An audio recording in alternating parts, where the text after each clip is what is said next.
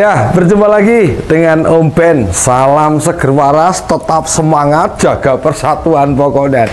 Dan ini yuk, yang terjadi cuma di Indonesia. Peserta Pilpres ternyata terbukti hasil pelanggaran etika sampai 2 kali. Nah, udah denger belum beritanya yang terbaru kemarin? Dari KPP hari ini sedikit mas. Ya di KPP hari ini pelanggaran berat ya. Gimana tanggapannya mas? Kami tindak lanjuti.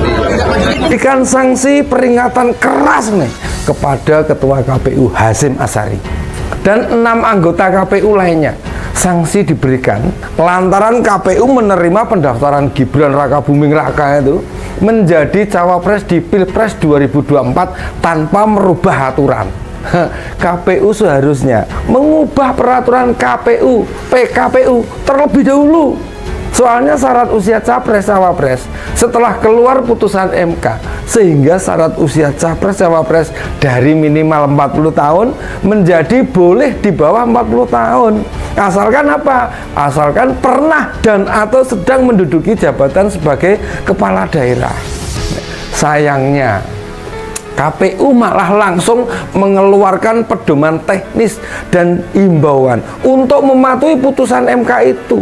Ini yang kemudian jadi jalan tol buat Gibran baru 36 tahun lolos pendaftaran.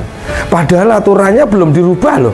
Ini yang kemudian membuat DKPP dengan bulat menyatakan KPU terbukti melanggar kode etik. Nah, dan pedoman perilaku penyelenggaraan pemilu.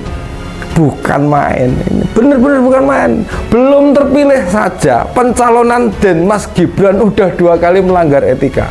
Pertama, dari paman MK, seorang keluarga dekat bisa ikut memutus perkara untuk memuluskan jalan putra tersayang Bapak Presiden. Ini negara apa kerajaan?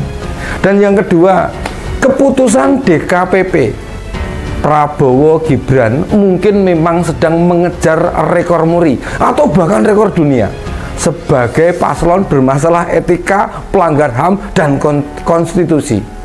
Double pelanggaran seperti yang dilakukan dalam pencalonan ngawur blimbing sayur jadi cawapres. Tidak mungkin dilakukan orang biasa karena melibatkan petinggi-petinggi negara yang Indonesia tanah air beta pusaka abadi nan jaya. Petinggi negara yang nggak mungkin bisa dijamah dengan tangan kosong. Orang biasa, rakyat jelata, rakyat pengguna jelantah. Jelantah, tahu nggak jelantah? Minyak bekas yang untuk goreng itu namanya jelantah. Nggak mungkin lah punya paman yang bisa mengkondisikan segala sesuatu. Tahu-tahu Sem Salabim ponakan bisa nyawapres meski masih bocil dan tengil. Kalau MK yang lembaga peradilan aja bisa dikondisikan, apalagi yang lain. Apalagi cuma kementerian yang emang menterinya tuh anak buah bapaknya Samsul, bukan raja lagi loh. Zamannya Samsul Blimbing Sayur baru jadi wali kota, semua menteri-menteri itu loh sampai antri berbondong-bondong untuk menghadap yang mulia bocil tengil ndregil junjungannya si Bahlil. Kalau minta proyek ke Samsul jelas nggak mungkin. Wali kota secara hierarki di bawah menteri, anggaran yang dikelola wali kota juga terbatas. Tapi kalau mendadak para menteri kasih proyek ke Nepo Baby ratusan triliun, itu biasa, itu bisa. Mungkin mau cari muka sama bapaknya, atau malah diperintah langsung sama bapaknya. Biar nama Gusti Kanjeng Pangeran Samsul Blimbing Sayur tukang ngawur makin mansur. Kita bahkan nggak tahu ini apakah pembangunan masif di Solo itu melalui mekanisme penganggaran yang benar. Misalnya nih melalui Musrengbang. Bapaknya Samsul itu sejak jadi wali kota emang sudah terkenal suka menggampangkan aturan. Gampang ke wis pokoknya iso ra iso kowe kudu iso. Suka sekonyong-konyong punya ide terus jajaran anak buahnya harus bisa mewujudkan. Itu realistis, nggak realistis ataupun melanggar atau tidak melanggar aturan. Wes kisah mobil SMK sampai ingat ya ta? Itu juga begitu, mobil yang belum lolos uji kelayakan masih berbahaya untuk dikendarai, dipaksa loh dibawa ke Jakarta. Yo, kepala dinas dan Pak Wakil Wali Kota sampai ikut turun tangan dan deg-degan loh membawa mobil yang belum siap di jalan itu, sampai mesti beberapa kali turun mesin di jalan. Sedang Pak Jokowi sebagai wali kota ya ongkang-ongkang naik pesawat semua demi pencitraan ya. Cerita ini serius loh, serius. Kalau situ tinggal di Solo, kalau sampai tinggal di Solo nih, kisah ini sudah didengar masyarakat dari mulut ke telinga, bukan dari mulut ke mulut lagi. Hebat toh? Nggak cukup di situ.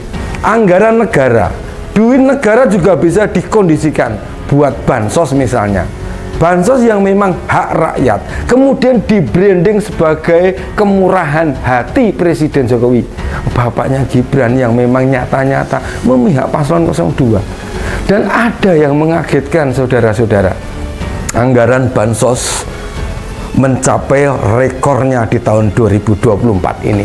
Padahal tidak ada keadaan darurat khusus seperti bencana di tahun 2020 ketika ada pandemi COVID. Anggaran bansos mencapai puncaknya nih hingga 495 triliun. Ternyata sekarang lebih gede 1 triliun menjadi 496 triliun. Itu pun naik 50 triliun dibanding tahun lalu. Mungkin tahun ini dianggap ada bencana kali ya. Iya, bencana etika. Lahirnya paslon capres dan cawapres dari pelanggaran etika ganda oleh paman MK dan KPU. Aduh, belakangan malah beredar gojekan ini atau bercandaan pada orang-orang bercanda itu tentang disabilitas baru, tunanetra dan tuna etika. Pasti tahu kan siapa yang dimaksud? Nah, ini masih ditambah dengan Samsul yang emang terasa bagai cawapres ngibul-ngibul sekedar untuk menutupi fakta. Kalau Pak Jokowi mau meneruskan kekuasaannya hingga 3 periode, kalau perlu 5 bahkan 13 ya serapopo, wis pokoknya ngantek tekan cici-cici kono. Pelanggaran etika ini menodai demokrasi. Padahal demokrasi itu persyaratan utama untuk menjadi negara adil, makmur, sejahtera dan maju, bener loh. Saya punya teman relawan Jokowi, termasuk orang ring seperempat yang sekarang bareng 80% ex Jokowers merapat ke 03. Teman saya si relawan ini bilang gini, dia dulu fans boy berat Pak Jokowi, pendukung utama. Bukan cuma mendukung Pak Jokowi 3 periode, kalau perlu sampai berperiode. Salempoi Pak D jare ini kan. Sampai suatu ketika sahabat saya itu mendapatkan keberuntungan bisa ikut pelatihan di Lemhanas. Di sana ia mendapat pendidikan penting yang mengubah persepsinya tentang Jokowi 3 periode. Pelajaran pentingnya bahwa demokrasi tidak bisa ditawar lagi. Untuk mencapai welfare state, kondisi negara sejahtera, banyak negara terlihat maju, tetapi tidak benar-benar menjalankan demokrasi. Demokrasi tipu-tipu, demokrasi seolah-olah negara-negara ini sebenarnya cuma sedang pasang bom waktu, cepat atau lambat bakal meledak menjadi kerusuhan massal, bahkan revolusi, sehingga harus kembali mundur ke titik nol. Saudara-saudara, ini serius. Kita tidak boleh kembali ke titik itu. Emang serem kalau lihat fenomena akhir-akhir ini. Republik rasa kerajaan, nepotisme. Oh ya, ini kebetulan banget nih saudara-saudara. Kata nepotisme itu berasal dari bahasa Latin nepos, yang artinya sama dengan nyupu, nepiu. Perjalanan putra sulung Presiden Jokowi, Gibran Rakabuming Raka menjadi cawapres pada pemilu 2024 terus menuai sorotan. Kali ini DKPP telah memberikan sanksi kepada Ketua KPU Hasyim Asy'ari usai terbukti bersalah melanggar etik terkait penerimaan pendaftaran Gibran sebagai cawapres. Dengan demikian, Gibran dalam perjalanannya menjadi cawapres mendampingi Prabowo Subianto telah membuat 2 ketua lembaga negara, termasuk MK, diputuskan melanggar kode etik. Atau keponakan, pas banget kan? Semua pelanggaran etika ini berawal ketika seorang paman sangat cinta pada ponakannya, padahal bukan ponakan kandung. Cuma patut kita syukuri bahwa masyarakat Indonesia masih sangat banyak yang punya kesadaran. Tuh, lihat segala deklarasi keprihatinan dari akademisi. Karena penguasa Indonesia makin hari makin mempraktekkan nepotisme, kolusi, dan korupsi. Semua orang baik mulai berkumpul dan bersatu menyuarakan keprihatinan dan perlawanan biar Indonesia nggak dipimpin pasangan pelanggar etika dan pelanggar HAM, walaupun gemoy, walaupun muda, walaupun duitnya berjibun.